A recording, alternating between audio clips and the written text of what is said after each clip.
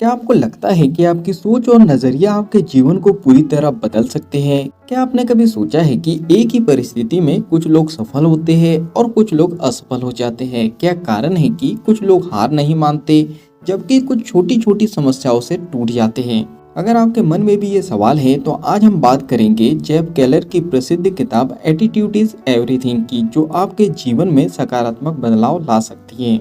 Jeff Keller, जो खुद एक सफल लेखक और प्रेरक वक्ता है, अपनी जिंदगी में भी कई उतार चढ़ाव से गुजरे हैं। उन्होंने इस किताब के जरिए हमें ये समझाया है कि सफलता सिर्फ हमारी क्षमताओं पर नहीं बल्कि हमारे नजरिए पर निर्भर करती है। यह किताब 3 भागों में बटी हुई है, जो हमारे विचारों, शब्दों और कार्यों के जरिए हमारे नजरिए को सुधारने और सफलता की ओर बढ़ाने में मदद करती है। अध्याय 1, सोच बदले जिंदगी बदले। लेखक का मानना है कि हमारी सोच हमारे जीवन का आधार होती है। हम जैसा सोचते हैं वैसा ही बनते हैं। अगर हम सकारात्मक सोच रखते हैं तो हमारे आसपास सकारात्मकता बढ़ती है।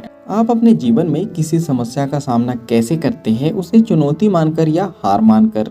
उदाहरण, थॉमस एडिसन ने 10,000 बार बल्ब बनाने में असफलता पाई, लेकिन उन्होंने कभी अपनी असफलताओं को नकारात्मक रूप से नहीं देखा। उनका नजरिया यही था कि मैंने 10,000 तरीके खोजे हैं जो काम नहीं करते। हमारे विचार बीज की तरह होते हैं, जैसा बीज बोएंगे वैसा ही फल काटेंगे। अध्याय 2, आपके शब्दों में ताकत है। लेखक का कहना है कि हमारे शब्द सिर्फ संवाद के माध्यम नहीं होते, यानी बातचीत करने के माध्यम नहीं होते, बल्कि ये हमारे विश्वास और सोच को भी प्रकट करते हैं। अगर हम नकारात्मक शब्दों का प्रयोग करेंगे तो नकारात्मकता को आकर्षित करेंगे।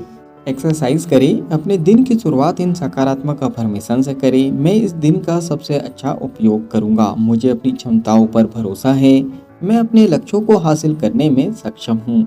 उदाहरण, मोहम्मद अली हमेशा खुद से कहते थे आई एम द ग्रेटेस्ट, और इसी विश्वास ने उन्हें महानतम बॉक्सर बना दिया।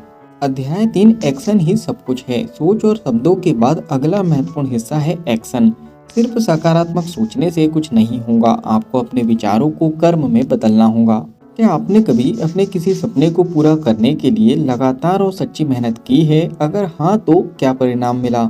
उदाहरण, J.K. रोलिंग ने 12 बार रिजेक्शन झेलने के बाद भी अपने विश्वास को नहीं छोड़ा। उनका नजरिया सकारात्मक रहा और आज हैरी पॉटर सीरीज दुनिया की सबसे लोकप्रिय पुस्तकों में से एक है। सपना देखने वालों से ज्यादा उन्हें पूरा करने वालों की जरूरत होती है। अध्याय 4, नजरिया चुनने की ताकत। लेखक कहते हैं कि हमारा नजरिया हमारा चुनाव है।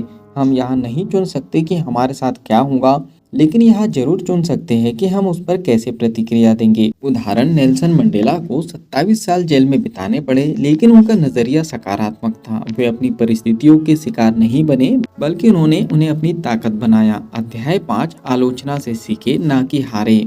लोग आलोचना करेंगे, नकारात्मक बातें कहेंगे, लेकिन आपका नजरिया ही तय करेगा कि आप उसे कैसे लेंगे, उसे सुधारने का माध्यम या हार मानने का कारण। जब भी कोई आपकी आलोचना करे तो उसे खुले दिल से सुने। सोचे कि क्या इसमें कोई सच्चाई है, और अगर हाँ तो खुद को बेहतर बनाने का प्रयास करें। अध्याय 6, बाधाओं को अवसर में बदले।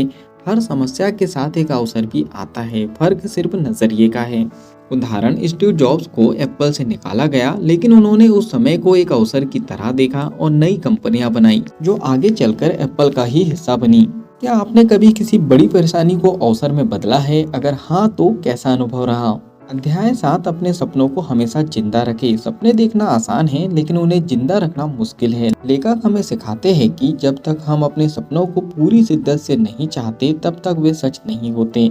एक्सरसाइज करें, रोजाना 5 मिनट के लिए अपने सपनों को विजुअलाइज करें और खुद को उस स्थिति में महसूस करें।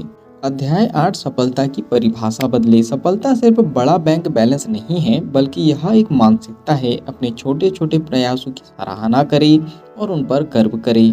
अफर्मेशन का यूज करें, मैं सफल हूँ क्योंकि मैं लगातार आगे बढ़ रहा हूँ, मेरे प्रयास मायने रखते हैं। इस तरह से आप अपने आप से कह सकते हो।